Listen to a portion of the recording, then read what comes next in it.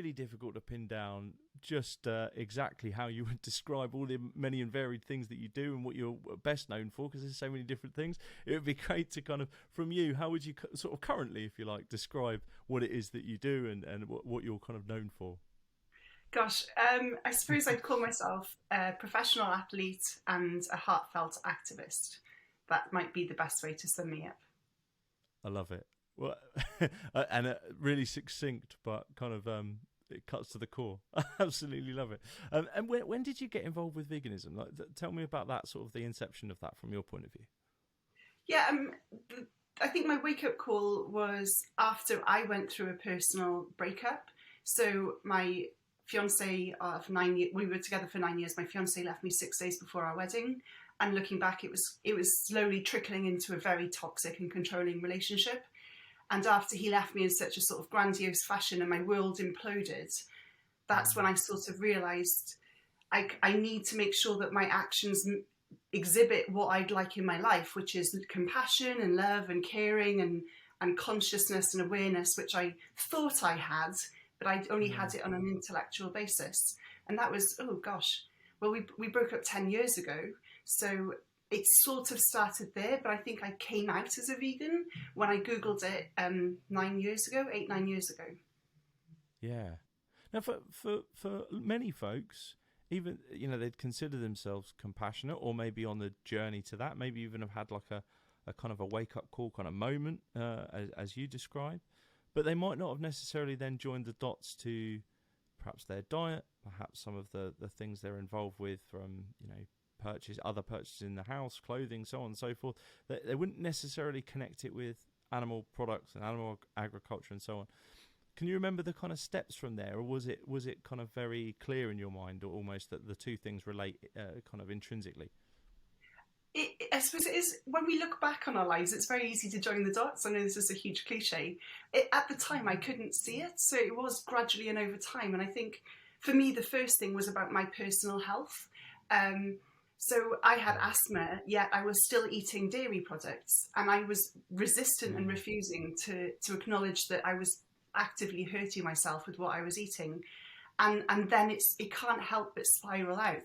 And it does come with a lot of pressure, because the more I realised what I was doing and the impact to other sentient beings, other communities of humans, as well as our animal brothers and sisters, it takes a strong person to actually own up and say, do you know what, I've been creating a world that I'm not proud of, but I want to change it today. That's a lot of guilt to carry. And it's easier to resist it and blame the system or find false information to prove otherwise than actually put our hands up and say, do you know what, I'm responsible for this, but I'm going to stop today. Yeah. Was there folks around you kind of guiding you? Did you know many other kind of vegans, and was it relatively easy to find information for you then? Not at all. I was living in a remote village in Australia. There was 2,000 people of us. None of my best friend is actually paleo, so she was the complete opposite of what we stand for. So we'd go out and I'd be ordering everything on the left-hand side, and she'd be ordering everything from the right. And yeah, after about 6 months of me finally working out that I wasn't eating any dairy or animal products or even honey, everything went out because I could feel better without it. I needed to Google it with my friends. So none of us knew what a vegan was. And we were all shocked when Google told me that somebody who doesn't eat what I eat is a vegan. So I was like, oh my gosh, what does that mean? Do I have to wear a badge? Do I need to change my hair color? Like, what do I have to do? So yeah, it was a huge shock. But it was, I had no support network. Everything was just done through intuition and what felt right. Because I'd removed my guilt of trying to fit a certain norm, and I was prepared to make changes where needed. That's really fascinating to me. I think in this sort of almost now, and I appreciate that was 10 years ago, you said. So I appreciate now, like many people, when they come to it, they're kind of acutely aware of the badge, if you like, of the culture of it, of the kind of the societal badges and labels that are put on the word. So it's really fascinating to me when I speak to somebody who's kind of come at it from a completely different angle and sort of discovered that stuff later. When you kind of then discovered that kind of community, that wider, the kind of labeling and so on and so forth, how did you kind of cope with that? Was that an easy kind of thing to come to terms with? Yeah, I mean, I still lived in a remote village, so I was physically separated from those communities. So the very few times I travelled down to Sydney, which is, you know, a 2.5-hour train trip, so it wasn't I didn't do it frequently. It wasn't totally my scene. Like, they were very big in activism. They were very big in demonstrations outside fabric shops that sold leather. And even though I agree with their principles, as I said, I'm very heartfelt. I'm much more about the positive aspect, promoting why it's good to do what we're doing, rather than like pointing fingers and blaming people who are doing what's wrong. So I totally admire the work that activists do, and it's a huge need in this world to shake some people up, but it's not me. So I couldn't really connect with that community. So I still sort of found myself alone, plodding along with my fruit and vegetables and lentils, doing my thing by myself. And slowly speaking to my friends and slowly introducing them to why it tasted good and how they felt afterwards, and joining the dots that their pet goat shouldn't be on somebody else's table or plate, and helping them in a loving way, I suppose, albeit maybe slower, to slowly transition away from what they were currently eating as well. Do you think, looking back, based partly on, you know, who you as you described yourself by nature, that you would tend to sort of, I guess, present things with compassion to people, and talk about the positives of things, and help them see those things that way. Do you think the fact that you didn't necessarily have an instant group that you'd kind of fallen into from a, you know, very strong viewed kind of like typical kind of activist kind of standpoint, do you think the fact you didn't have that group made your kind of your activism, if you like, then when you were with your kind of your social group in that kind of remote part of Australia, do you think that they it made it a bit easier for them to take, if you like, when you were talking to them about what it was you were doing? I wouldn't say easier. I mean, when I see the truth, it's very hard for me not to share it, and so I think some friends wish that I was in a group so that they could dilute my message. So, but I think even away from veganism, I'm a naturally lone individual. I do a lot of things by myself. You know, when I was younger, I had some trauma that happened in a group, so I struggle to be in groups around that, and so I've had trust issues around there. So for me, it's very easy to be alone and do things by myself. And my friends probably found they know how to deal with me. They know how to shut me up. So yeah, maybe it was easier. But you know, I'm very happy to point the finger at people when they're hypocritical or doing something, and then it's completely the opposite. Going, so you're patting your rabbits, but what about what you're eating? So let's just say I don't get many invite backs. Like, it's interesting as well to hear about the sport element when that came into your world. I take it that was kind of much earlier than the kind of the veganism and the nutrition. It was the same time. Up until then, I'd kind of been drifting, never really pushing myself hard, because I didn't want to do something that wasn't enjoyable. And there's always this philosophy that if you want to go far or go high or achieve the 1%, you've got to take it seriously. And for me, I've always wanted to keep a smile on my face. I have enough internal dialogue to depress myself. I don't need a coach to tell me to be serious as well. So my entire mission is to be as happy as possible. So it started around the time of the breakup that I needed to do something for me. I wanted to put me back on the list instead of, you know, looking after my ex, looking after work, looking after everyone and everything except me. So for my own health and being selfish, I chose to take up triathlon.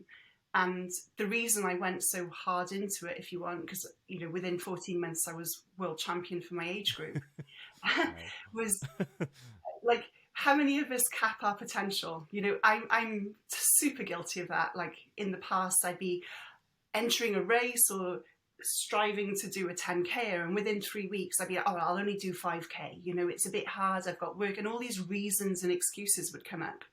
So for triathlon, I went, I cannot live a reasonable life. I have to live a life without limits. And to do that, I've got to aim to be number one, because anything less than number one is a limited life. I don't know my capacity, I don't know my potential, so I have to aim to be the best, to find out my best limit. So that's why I pushed so hard to myself, was to make sure that I never, ever lived beneath what was available to me, or my own potential again.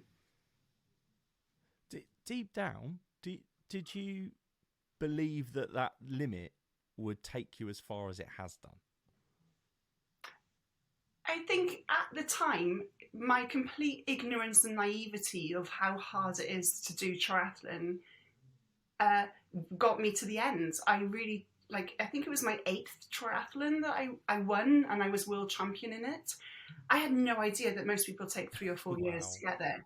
I had no idea that, you know, the sacrifices I'd need to do, the analysis of how to sleep better. Like veganism hugely played a part with that, because I've naturally removed a lot of toxins and increased my metabolism and increased my recovery speed and all of that. It was a beautiful sort of natural storm of success, but it was fueled purely by setting a high goal and then not dwelling or focusing too much on the how.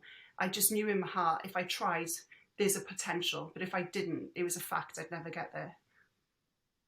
Yeah, as the two paths were kind of like ongoing simultaneously, you'd started one, you'd started the other, the kind of the plant-based, the vegan journey, alongside the sport and the triathlons and so on. Did you have to do a lot of tweaking, a lot of learning from a dietary standpoint to adapt to the kind of the sport? Because I'd imagine, like, you know, the sort of the vegan diet that most people start with is probably not fit and ready for a world champion triathlete. So was there a lot of learning that went on there? Oh my gosh, 100%. I had no idea what I was doing. Like, I remember one week all I ate was gnocchi and olive oil, because I just couldn't get my head around what was vegan and what wasn't.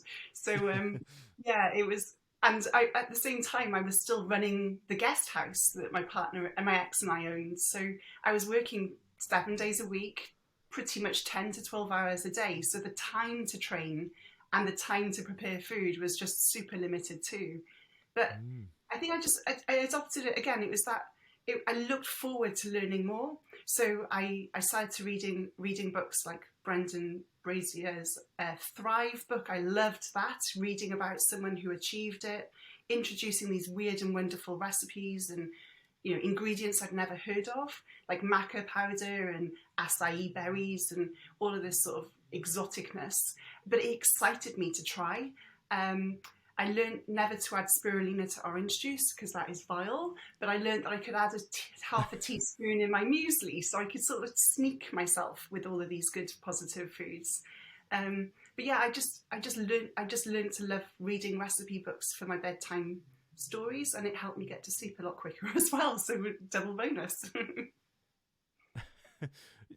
Looking back, nutritionally, were you fairly aware before you started any of this journey? Or what, if you went back like a year perhaps before you went vegan, and then looked at where you were like a year after that, like how stark were those two diets?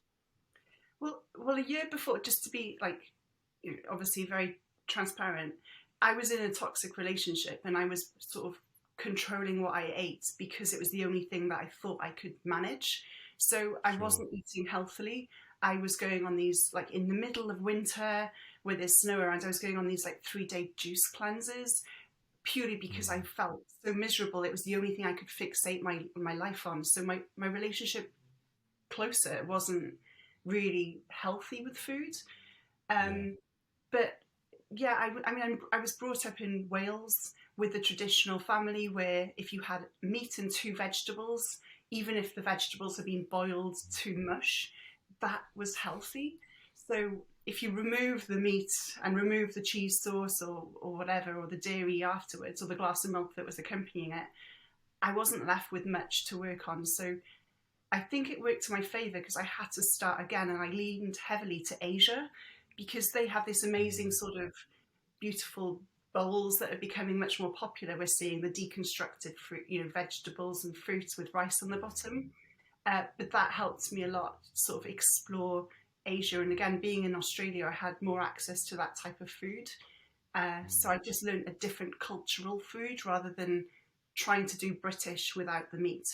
But that really helped. Yeah, 100%. So let's fast forward. You've become world champion. Where do you go from there? Like what? Because it was like, from looking at like the kind of things you've done afterwards, it's like, okay, what next? Was there a sense of like, okay, right, breathe, I need to take some time off, or were you like, okay, what is the next challenge for me?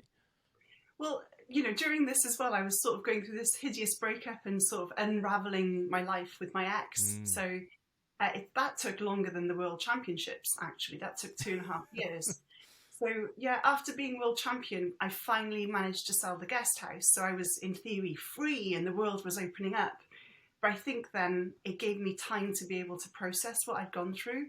And from the top, I hadn't supported me emotionally. Fine, physically and nutritionally, I was set, and everyone thought I had it sorted, with that gold medal around my neck. But emotionally, I was a complete wreck. I didn't know who I was. I was struggling with identity. I didn't know who to trust and who to believe as well, because I'd been so hurt by people very close to me. So I fell. I found myself on this sort of imagined pedestal where friends couldn't reach me because they thought I had it sorted, and I was too nervous to reach out and express vulnerability because of what the pain had happened before. And so I just found myself for weeks back in Britain. I'd moved back home alone in miserable winter in Britain, so there's no sunlight at all. And the only thing I could do was start from the bottom again. So I started running hard. I got injured because it was with force rather than with love. So I could no longer run. And I got a job as a toilet cleaner in a local cafe. I literally started as a nobody with no resume, with no past. No one knew who I was. And I turn up twice a week and I clean the bathrooms of this cafe. And that's how I slowly started to drag myself out of quite a hard fall from being number one in the world and thinking that the world was my oyster, and finding myself pretty broken at the bottom of it. Yeah. So what came next? Where did you go from there? Well, there's nowhere to go from the toilet cleaning but up, which is great. And I really worked on my mindset around, like, we sometimes attach identity a lot to who we are. Like, I am a triathlete, I am a manager, I am whatever we carry with that. I'm a parent, I'm a daughter. I needed to embrace that who I am isn't what I do. Who I am is a champion in my heart. So regardless if I'm cleaning a toilet or running a marathon, I am a champion at that. And I started to sort of feel proud and pride in whatever I did. And so from there, I knew that I wanted to keep challenging myself. This is over a period of 12 months. Don't think that within a week, this was all sorted. But I didn't want my value to be compared against others. So I knew that competition, as in triathlon, was no longer a path for me. So I started to explore world records. Again, it was that removing of the glass ceiling. Like, what could be possible? Have I got a record in me to be competing against myself? And that's where I found the furthest distance on a static bike. There was a male world record for 24 hours on a static bike, but no female. And that intrigued me because, again, it's that positive disruption. How can I get more women in sport in the news? I could become one of them. So I started to train to do that world record in 2017. Yeah, and successfully so, right? No, I failed. Okay. I did Yeah, I attempted it in Veg Fest, so very public in Olympia. Oh wow, okay, amazing. People walking past through this festival, watching me cycle, and I didn't train hard enough. I just assumed that anyone who cycled 24 hours, assuming they identified as a woman, would get the record. But Guinness said 200. I did 290 miles, and they said that's not enough. So very publicly, I failed. Which again was a lesson saying, we still need to train hard for records and our goals. It's not as easy as clicking our fingers and getting it. So I needed to regroup mentally moreover than physically. And I reattempted that last year. And then, after 20 months of intense 8-9 hour day trainings, I broke 3 world records.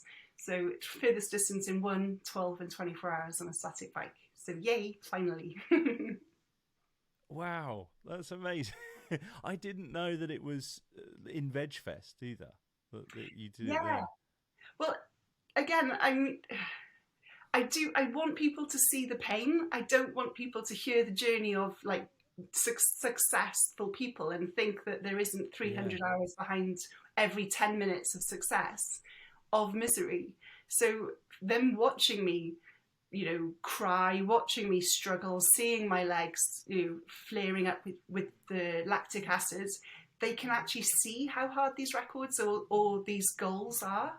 So I always want to make sure that the journey is as public as possible, the struggles as much as the success, because that's where the lessons are. That's when people get inspired, because they see that they identify more, because I know what I'm like. I identify more when I see someone crying than when they're smiling, get their stuff together, because there's a lot of times I cry and I don't know what to do. So seeing that in humanity and people is a much more identifiable. So everything I'm doing as publicly as possible, so people can learn from my pain and my failures as much as the other things. And I guess although these achievements are incredible, if you see if you sort of show your workings, if you like, I think it sort of gives people a sense of attainability. Like it's even more inspiring, really, because you can see, or maybe if I was prepared to go to those lengths, if I worked that hard, maybe I could do that too, or do my equivalent in whatever field. Like for me personally, I'd find it inspiring seeing the journey as much as the end result. I think sometimes, especially in our social media world, we can see the end result a lot and not necessarily see the hard work. Yeah, and I am a normal woman. I'm 43 years old. I have 2 legs, 2 arms. I'm 5'10", 175 centimeters. There is nothing special on me. If you look at me, I am just like you. I'm like your neighbor. I'm the same as everyone, and that there's no reason why somebody else next to me couldn't do what I'm doing, apart from the action they're taking. So the more we see of the reality, the more we can actually look at ourselves and go, well, I've had this goal of, making a quilt for my granddaughter, but I've never done it. I'm going to do that today, because there's nothing stopping Kate from running around the country. So why can't I do what I want to do? Yeah. So that's the goal. It's not to get everyone into triathlon. It's to get everyone doing what they want to do and stop feeding the excuses. 100%. Thinking forward, and not too far forward, you've got a pretty major challenge coming up. So it'd be good to sort of talk about that, really, and how that came about. Well, yeah, because I think it's 3 days' time, isn't it? Thursday. Yeah, Saturday, Sunday. Yeah. So as I just said, I'm 43. I'm physically getting a bit tired, pushing myself physically all the time, and I'd like to sort of use my sport as another vehicle rather than always having to get myself to breaking point, because one day I will break, and I want to avoid that as much as possible. So instead of doing a world record, I've decided to use sport as a means of connecting people and, us working together as a team. So on Sunday, my boyfriend and I are cycling 600 miles, which is 1,000 kilometres, around Wales in 6 days on bikes we've made out of bamboo. And we're staying with complete strangers. So I've put some messages in Facebook groups and random people have offered us their split beds, they've offered to cook for us food, etc. And we're doing it to raise money for a mental health charity. Wow. Wow. Well, I've got so many questions, but let's start with why bamboo bikes? Um, one, because I didn't realise how hard they are to make. I probably wouldn't have said yes if I had realised that. So never tipped it in naivety and asked questions about the how. But I'm becoming more impassioned and connected to the environment and realising that we can't just do our superficial bit of recycling plastic or, buying zero waste food. Yes, that's really important, but we need to look at our system and deconstruct it from grassroots level. And so my bike is kind of a representation of that there are options out there for us to completely change our systems, how we're doing certain things. And using a bamboo bike is kind of just saying that my cycling is not impeded, I'm still going as fast or as slow as ever, but I'm doing it with carbon positivity. I'm doing it with a product that most people wouldn't think about using a bike construction for in the UK. So that's how we need to sort of address this climate crisis that we're all facing in our food systems, in education, in business, in family units, in everything. If we can deconstruct it from the beginning, then that is where we can make the most powerful change. It's such an incredible statement to make, and such a powerful one. How did you kind of come up with the idea of bamboo specifically, and then did you know that it would work? Like, are there examples of bamboo bikes? Because like I would assume, especially for somebody who's ridden like yourself, who's ridden elite level kind of equipment, winning world championships and so on, that they're very kind of man-made, I guess, very lightweight, very kind of precision engineering is the kind of words that come into mind when I think about people who are cycling at that elite level. Bamboo doesn't necessarily equate with those two things. So did you know it was even feasible? Yeah, again, by accident. And that's why I love not focusing on the how question. If I look at why I'm doing things and what can I do about it. So when I was looking for a bicycle to do my world records last year on the static bike, I was like, well, what bikes could I be using? Because the bike doesn't move. And I just Googled, sustainable or carbon neutral bicycles. And I came across a company that works with a charity in Ghana. So this charity in Ghana, for every bamboo bike they make and sell in the UK or in other countries, they build a bike for a local child so they can cycle to school. And I just really resonated, obviously, with that story. So I used the bamboo bike for my world records last year. And we then found a company in the UK that sells bike kits made of bamboo. So I bought that kit. So there are companies out there are people who do this already.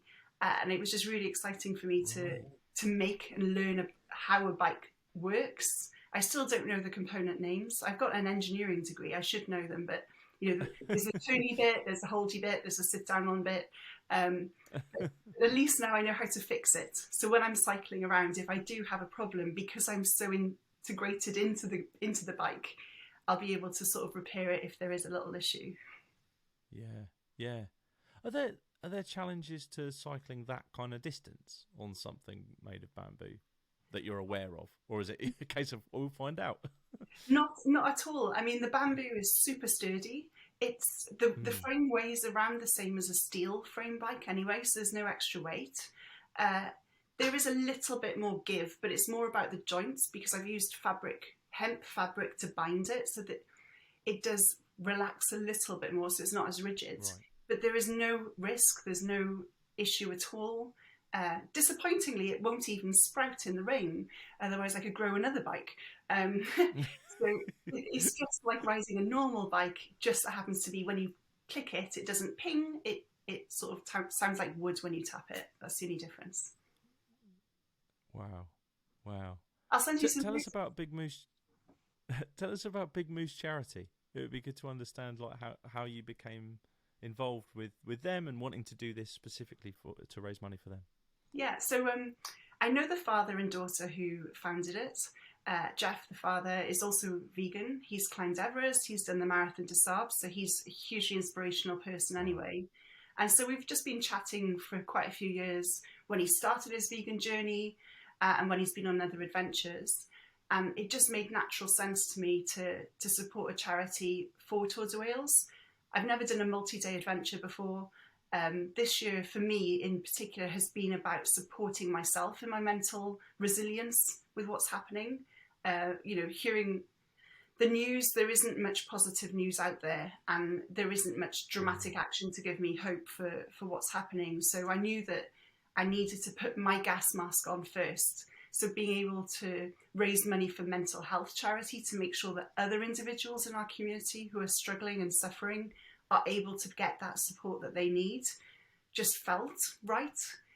Next year, as you know, I've got another challenge, and that's about the wider health. That's about the environmental and social health. So this year's about the individual getting ourselves sorted and healthy. And next year we can start spiraling that out and making a bigger dent in the communities in the world that we need to look after as well. I absolutely want to get into next year's challenge because I think that's incredible as well. Before we do that, you're also inviting folks to cycle along with you for the last leg. Am I right? I am. Yeah. So why not come along and beat a champion, because I don't think I'll be able to walk. So it's 50 miles from Swansea to Cardiff on Saturday the 17th of September. So you can come and join for the full 50 miles or for the last 15 miles. We're also stopping at Cowbridge. It's completely free to ride, and it's just a great way to meet other people. We've got about 6-7 people joining us already, completely different levels. Some are professional athletes, others have never bought a bike and they've borrowed it from their neighbour. So it's just about, again, getting ourselves connected in action and not being a bystander, bringing Tour de Wales into your life and making sure that you're there to support me and inspire me, and vice versa. So yeah, I'll share the link. I'd love people to come and join for the last leg. 100%. So this challenge, 6 days in total, am I right? But the next one, 3 months. Yeah, 90 days. You can see a little build up, can't you? Last year was 1 day, this year is 6 days, next year's 90. So yeah, building up my confidence. Yeah, tell us a little bit about that one then. So it's called Challenge 3000, and I'm cycling, as you said, 3 months, 3,000 miles around the circumference of England, Scotland and Wales. And I leave on World Environment Day, which is June the 5th, on my bamboo bike, this time by myself with a tent. And I'm just stopping randomly around the country doing sustainability challenges. So from rewilding seagrass up in North Wales to beach cleanups to visiting hemp farms to also doing a little bit of kayaking on the Wye River to see how we need to change factory farming. So I'm doing that with the Humane League to highlight the issues in certain systems that we've got in place. But mostly it's about sort of connecting communities, learning from them, finding out how we can start doing a little bit more in our life around this climate crisis. So one, I'm super scared because 3,000 miles is enormous. But two, I'm super inspired because imagine how many people I'm going to meet. Imagine the amazing stories I'm going to come back with and learnings about circular economy, about regeneration, about gleaning from fields and living off the land. I'm really, really excited. Yeah. Was it always in your head when you came up with this idea that this needed to be something that was close to home, that was UK based? Because it's interesting to me that I think that's the case often. And I think when climate change is portrayed in the news, in our news cycles, it's often portrayed as something that's going to happen in the global south and that kind of thing. And it's really interesting to me to sort of really think about the effects here in the UK and do that in a kind of holistic way, almost literally going round the entire UK, looking at these kind of effects and looking at what can be done. Yeah, originally it wasn't. I was going to cycle across America, but the more I delved into it, the more I realised I couldn't justify the amount of flights I'd need to take. So That's why I moved Yeah. to the UK. And this is a scary fact that I don't really share, because again, I want to make sure that this journey is about positive change rather than the fear change. But every single location I'm visiting, if we have that 2 degrees temperature increase, or should I say when, will be underwater. So everywhere I'm visiting, in theory, is on the war zone of this climate crisis. But I don't think people in those communities realise how at risk they are. So we're talking about within 10 years, what I capture on film may not ever exist again because it'll be underwater. And that to me is hugely scary, because it is in Britain. And as you rightly said, we think about the others, the islanders in the south coast, or the Pacific Islanders. This is the UK. We will be impacted by our land and our homes, let alone the crisis of the refugees who want to come and live in our land because it's hospitable rather than further south. So I think it is really important to bring it to home and make sure that we see the urgency of us having to change and take ownership today, not wait for tomorrow when we've got more time, more money, whatever excuses we're using. So yeah, it's a little scary, but I think it is needed to kickstart that change that we need to do. You've done so many kind of unique and incredible things that are kind of activism in a sense that is perhaps in itself is unique, compared to kind of what you would, if you were to look up the dictionary definition of activism, you might not see a picture of you cycling 3,000 miles around the UK on a bamboo bike, those kind of things. But they are absolutely like incredible ways to draw attention and focus and get people to think about things differently and so on and so forth.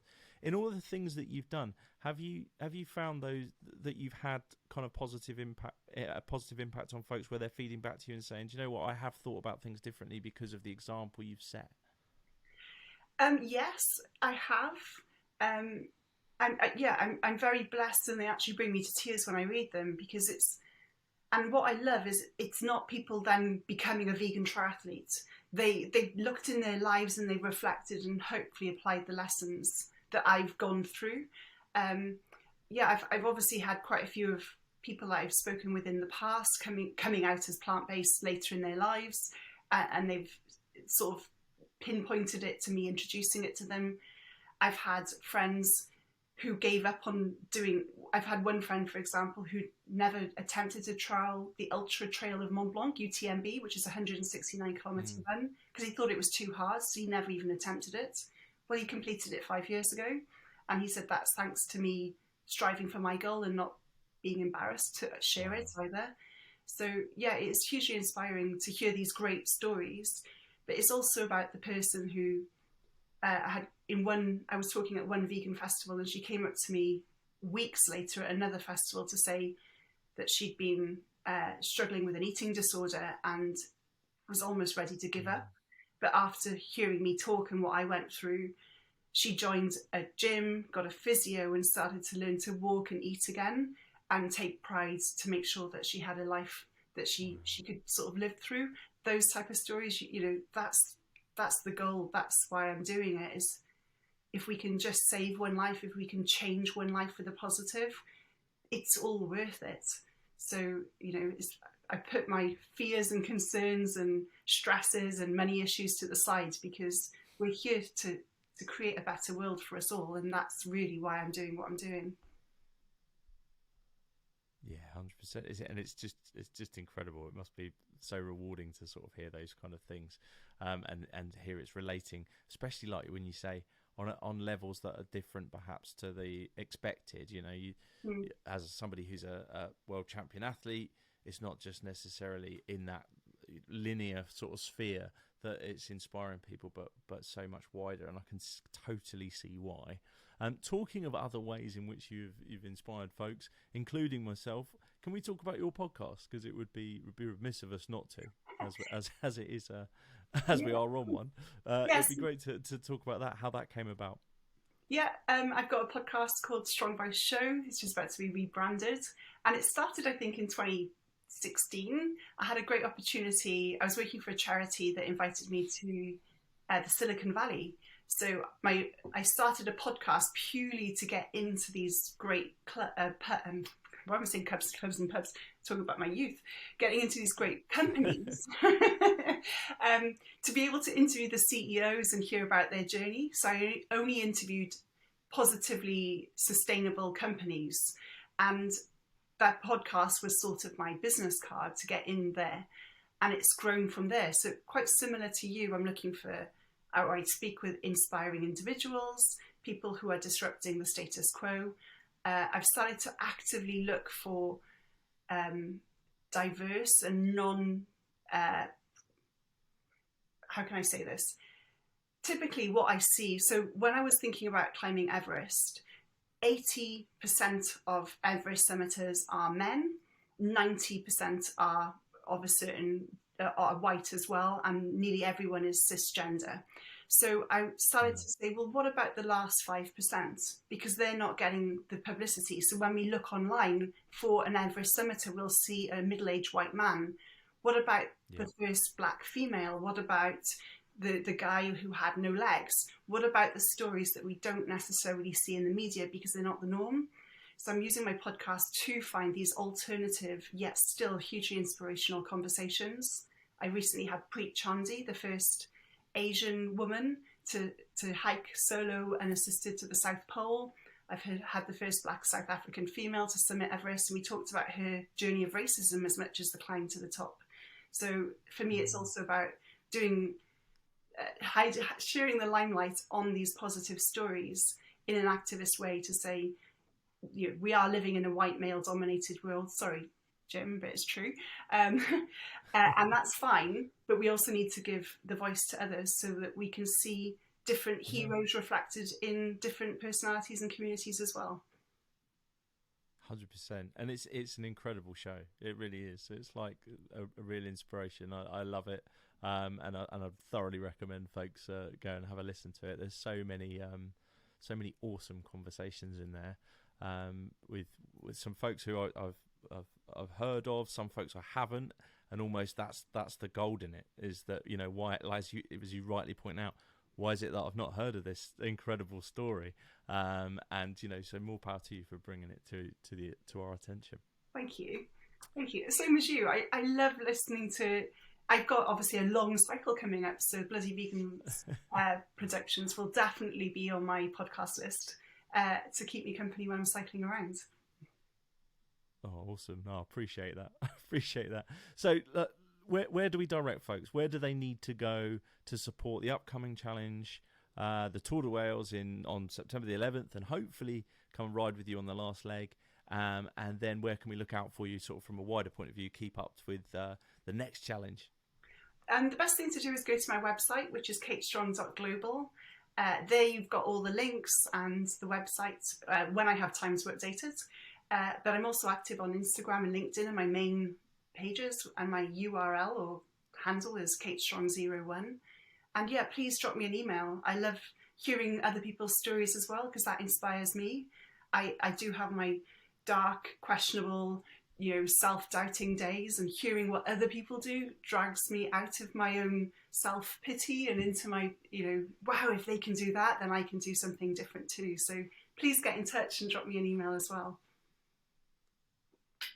Amazing. Kate, look, thank you so much for your time. I appreciate you are super busy building bamboo bikes and getting ready for Sunday and all the rest of it. So taking time out to talk to me is thoroughly appreciated. Thank you so much. We'll have links to everything in the show notes, and I'll see you hopefully on the other side, having raised tons of money for BigMoose. Well, thank you so much. Thank you. And just to say, are you joining me for the cycle? Do you know what I would do? I was just thinking September 17th, but I'm at Reading Vegan Festival. So I am there representing the Green Gazelles, the world's first vegan rugby team. So yeah, I can't. Sadly, I'd love to be there, but I have got some friends who are very keen cyclists and are vegan, and I am going to be sending them the details to get involved, because I can think of particularly a good friend of mine called Sean, who is a plant-based athlete himself, incredible cyclist. And is also from Wales, and he would love to be there, I'm sure. So Oh, brilliant. I'll be messaging him. Come and join me next year because I've got 3 months. Oh, 100%. Yeah, 100%. I'd love to be there next year. Definitely put me down. Amazing. Okay. Thank you. Thanks, Kate. It's been a pleasure.